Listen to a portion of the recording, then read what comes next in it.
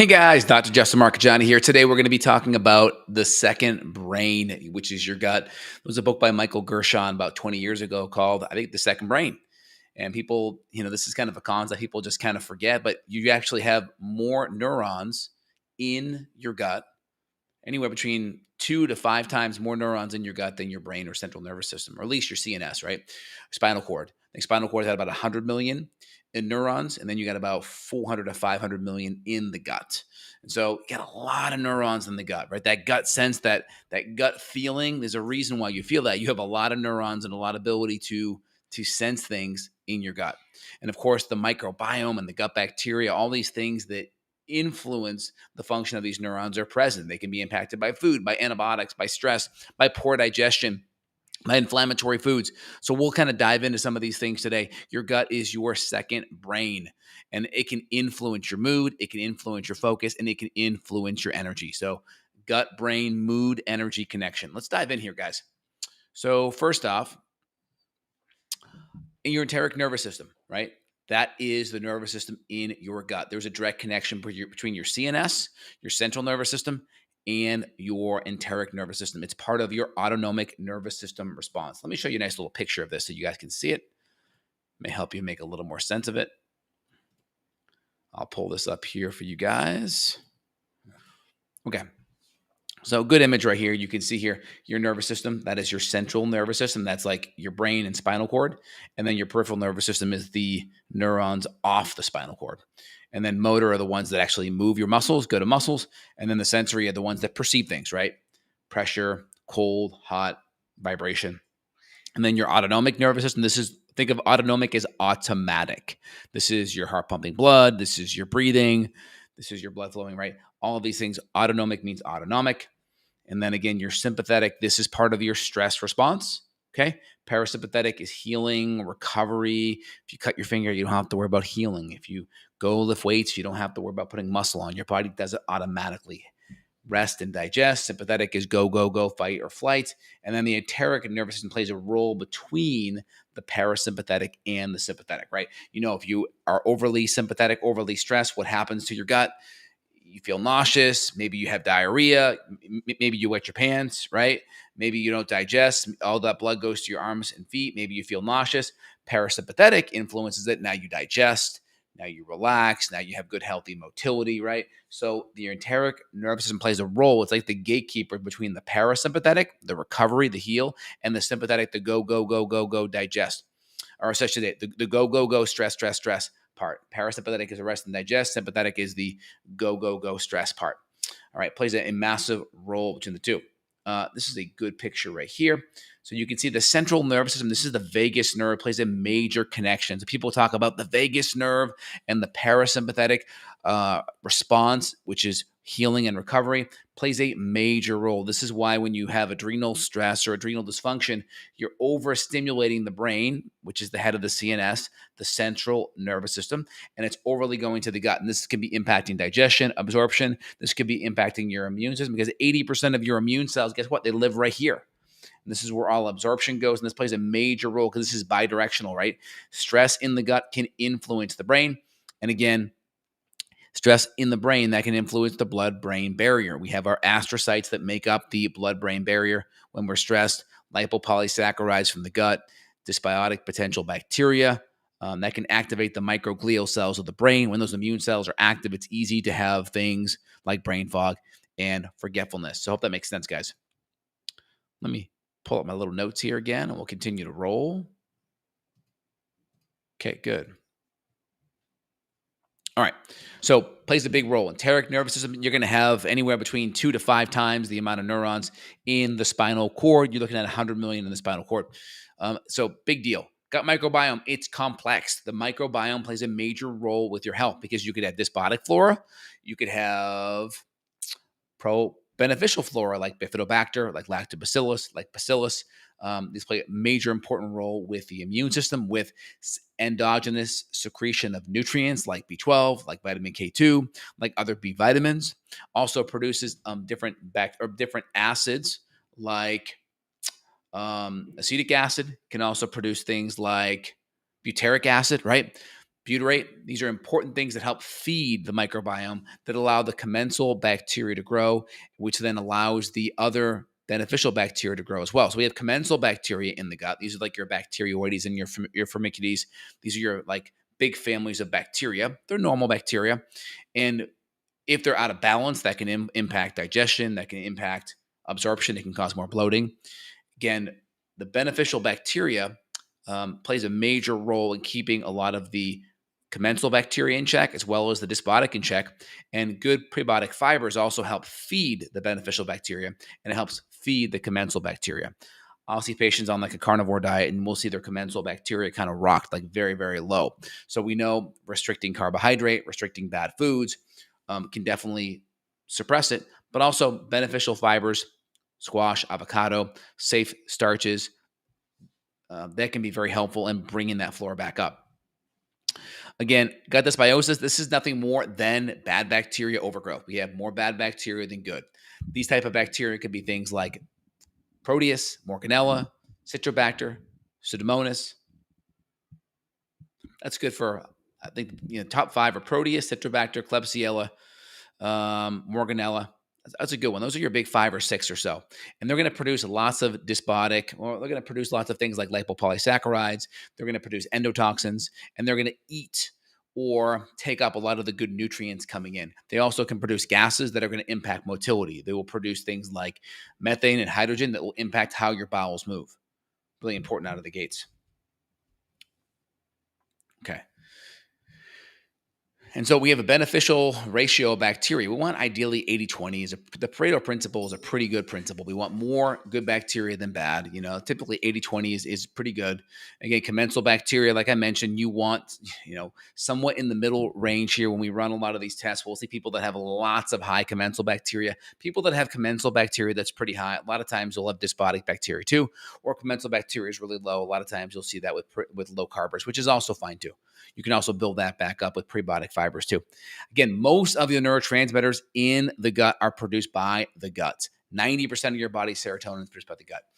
The problem with that, the serotonin in the gut does not cross the blood-brain barrier. So your gut does help produce serotonin, but that may not correlate with brain serotonin. That's why we'll give things like 5-HTP and amino acids, because those amino acid precursors can cross the blood-brain barrier, and that can convert to serotonin in the brain. So that serotonin helps more with motility, may not impact the mood per se, because it can't quite cross the blood-brain. That's where we add in amino acids like tryptophan, which gets converted to 5-HTP, or 5-HTP with B6 by itself. That can cross the blood-brain barrier. Again, other neurotransmitters, GABA, it's an important inhibitory neurotransmitter. That central nervous system, it calms down the CNS, calms down the central nervous system, helps provide relaxation, helps put the body more into that parasympathetic part of the nervous system. Dopamine, really important for focus. It can get converted to adrenaline as well and help with energy or dealing with stress. But dopamine's focus, it's that I love you neurotransmitter. Again, you have acetylcholine as well, which helps nerves function. Very important. And again, good, healthy gut health plays a role with your neurotransmitters, because neurotransmitters are made from protein. And if you don't have good digestion, if you can't break down and absorb these proteins into peptides, you don't have good hydrochloric acid or enzyme levels, maybe bile salt levels, you don't have good motility, you're not chewing your food well, you don't have good bacterial balance to help with that digestive process, then you may have some deficiencies in taking these nutrients, absorbing them, and then converting these amino acids into these neurotransmitters. You look at phenylalanine, that gets converted to tyrosine. Tyrosine gets converted to dopamine. Dopamine gets converted to L-DOPA, right? So these neurotransmitters play a very important role, and they all start from protein. Beta endorphin, right? Kind of your natural antidepressant. That's 19 different amino acids. So really important. Again, processed food plays a big role. Why? Because processed food is going to increase dysbiotic bacteria. Dysbiotic bacteria loves junky processed foods, right? We call them acellular carbohydrates. Really easy to digest. It's going to feed them, and the body is going to this dysbiotic bacteria is going to use that. It's going to fuel off of it, and it's going to produce gases. It's going to produce inflammation. It potentially could throw off motility. Also, it could impact fungal and yeast overgrowth. Fungus also loves these acellular carbohydrates. Processed sugar is easy to digest. Again, fermented foods. Why does it matter, right? We have that commensal bacteria. Remember that normal bacteria? That could be E. coli's commensal. Bacteroides is commensal, right? So these are all, there's some Clostridia species that are commensal. These commensal bacteria are normal. We just don't want the significant overgrowths. Now, fermented foods will help that. Bacteroides, or I should say Bifidobacter and Lactobacillus, right? Hopefully we're going to get lots of beneficial bacteria that's going to have high amounts of Bifidobacter and Lactobacillus. The fermented fibers are going to help the commensal. They'll also help the beneficial bacteria. It'll act like fertilizer for that. And again, when we have poor digestion, those microbes can easily be out of balance because those microbes can disrupt peristalsis. They can disrupt our migrating motor complex. It's definitely possible. And again, when we look at mood issues, we have to be able to break down a lot of the nutrients from our food. The B6, very important cofactor for our neurotransmitter synthesis. Vitamin C, calcium, magnesium play a very important role for our neurotransmitters being able to convert, activate, and synthesize. That's why all my patients that have any mood issues, we have them on a good multi that's going to have a good spectrum of Bs and activated Bs. Calcium, magnesium, vitamin C all play a very important role with serotonin and dopamine synthesis. Again, gut inflammation plays a big role too, because if we activate those microglial cells in the brain, that can create all kinds of mood issues. That blood-brain barrier, those astrocytes, very important if we have inflammation in our gut via dysbiotic bacteria, lipopolysaccharides, via food allergens, gluten, casein, or maybe environmental molds that can really open up those astrocytes, that blood-brain barrier, and potentially allow more of these things to get into the brain and cause problems. You could throw heavy metals into that camp too, right? Gut inflammation can lead to systemic inflammation because inflammation is bidirectional. That means inflammation in the gut can go from the gut out into the body, and inflammation in the body can go into the gut, whether it's food, whether it's stress hormones, whether it's excess exercise, right? You can go look at studies where people will do lots of exercise, marathon running, lots of work, hard workouts, and that hard workout will actually increase gut permeability. It's crazy to think that, but physical stress on the body can cause gut permeability. Even head trauma. Head trauma can cause gut permeability. There's studies on this. And again, inflammatory cytokines impacts the brain. How? When we activate our immune system due to inflammation, that those immune cells that are produced will be interleukins. They will be cytokines. Those are going to be the messengers of the immune system. Very important. And when we have more intestinal permeability, guess what? Intestinal permeability is going to impact all of this because it's going to allow more of the outside environment to come into our world. Inside the gut's actually outside of the body, which is kind of weird, right? Think of, you put it in your mouth, you think it's inside your body. Well, it's actually technically outside your body because it has to go from the intestinal tract into the microvilli. Now it gets absorbed. Now it goes into the hepatic portal vein, goes to the liver. Now it's in systemic circulation, but it has to go from the gut, microvilli, to the hepatic portal vein, and now it goes to the body. And so really important. It's still technically not inside your body until you absorb it. So that plays a big role. So when we increase gut permeability, now we're allowing more of the outside world to come to the inside world. Once that happens, these things can make their way to the brain, break down that blood-brain barrier, and activate these immune cells, cytokines, interleukins, right? These toll-like receptors that can increase histamine production as well, which can cause brain fog and migraines and headaches. And again, a lot of our histamine production, a lot of it can be from the bacteria in our gut, our Klebsiella, our Pseudomonas, our Citrobacter, our Morganella, right? These things can all produce histamine. And so people are sensitive to histamine. Yeah, cutting out foods that have histamine can help, because your histamine bucket's already full because the bacteria in your gut are already over secreting it. So this is where it's really important. We got to reduce histamine via food, get stress down, get nutrients on board that help with histamine, right? Nutrients on board that help with metabolizing histamine, whether it's diamine oxidase, whether it's dialing in nutrients like magnesium and vitamin C, or getting the bacteria in check as well. These are all really important kind of first steps to get things on check. Now, how many CFU should I look for in a probiotic? Well, I would say anywhere between, I think 10 billion is a good starting point. 10 billion, I think, and up is a good therapeutic dose. And usually you're looking at anywhere between 4 to 5 different Bifidobacter and Lactobacillus species. If you look at the well-studied VSL3, that's going to typically have 4 or 5 different Lactobacillus and Bifidobacter species each. So anywhere between 8 to 10 at 10 billion a pop is pretty good. Again, Lactobacillus, whether it's Acidophilus, Paracasei, Plantaris, Infantis, Lactis, right? Or Bifidobactum, Longum. There's a whole bunch, right? There's about 4 or 5 in each side. The Paracasei and Casei on the Lactobacillus are going to be more of the higher histamine ones, right? So if you look at the KCI ones, and you want more of the Infantis, especially when you have younger kids, 4 and 5 and up, you really want to make sure you're giving more of the Infantis because that's very helpful. And that gut at that age really needs to be inoculated by good Infantis. So we want to make sure we add those in for any kid that's 5 or under. I think it's really important. Okay, good. Excellent. So in general, modify the diet, anti-inflammatory whole food template. Cut out the most common food allergies. That could be anywhere from high casein dairy to gluten to processed sugar to processed grains. Again, good healthy proteins, good healthy fats, dial on the carbs according to what you need. Again, if you have lots of bloating or gas, you may want to look at restricting FODMAPs and definitely processed sugar.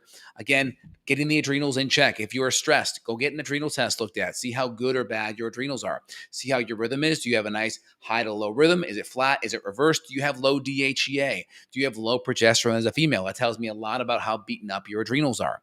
Again, don't overexercise. Avoid antibiotics if you can, right? If you have a serious infection and you can't do anything natural to get over it, fine. Do your best. Antibiotics are there for a reason, but just don't go to the doctor with silly, it's a viral issue and they give you antibiotics. Or if you have some light sinus issues or light issues where you could do some natural things to help get your immune system on track and knock down the bacterial load or infectious load, try to do natural things first out of the gate. And again, try to get fermented food in your diet. Try to make sure you're able to digest and break down your food. If you have a lot of gut stress, you definitely want to look deeper at your gut. A comprehensive stool test, put links down below, could be super helpful to give you information about what's happening under the hood. You can also look at a comprehensive adrenal test to see how stressed out your adrenals are to know what the next steps there. Because the more beaten up your adrenals are, we have to make sure we provide adaptogenic support, adrenal support, nutrient support, because the adrenals will ride that sympathetic nervous system response and it will prevent those parasympathetic from going on if you're overly stressed, if you're overly inflamed, and that will decrease digestion, that will decrease absorption. It'll keep that sympathetic nervous system overactive, and it will keep the parasympathetic and that vagus nerve down. And remember, that's bidirectional. That enteric nervous system, if you remember, right in the middle, connected to the sympathetic and the parasympathetic. So the more we keep that parasympathetic going, the healthier our gut function will be. And 80% of our immune cells are there. So better immune function, stronger for the cold and flu season, and it will help maximize absorption of nutrients as well. All right, guys, Dr. J here signing off. Hope you enjoyed today's video. If you did, let me know in the comments. Appreciate it. You want to dive in, get functional medicine support from myself and staff. We see patients all over the world. If you want to dive in, there'll be coordinates down below and link where you can reach out. All right, guys, have a phenomenal day. Take care. Bye.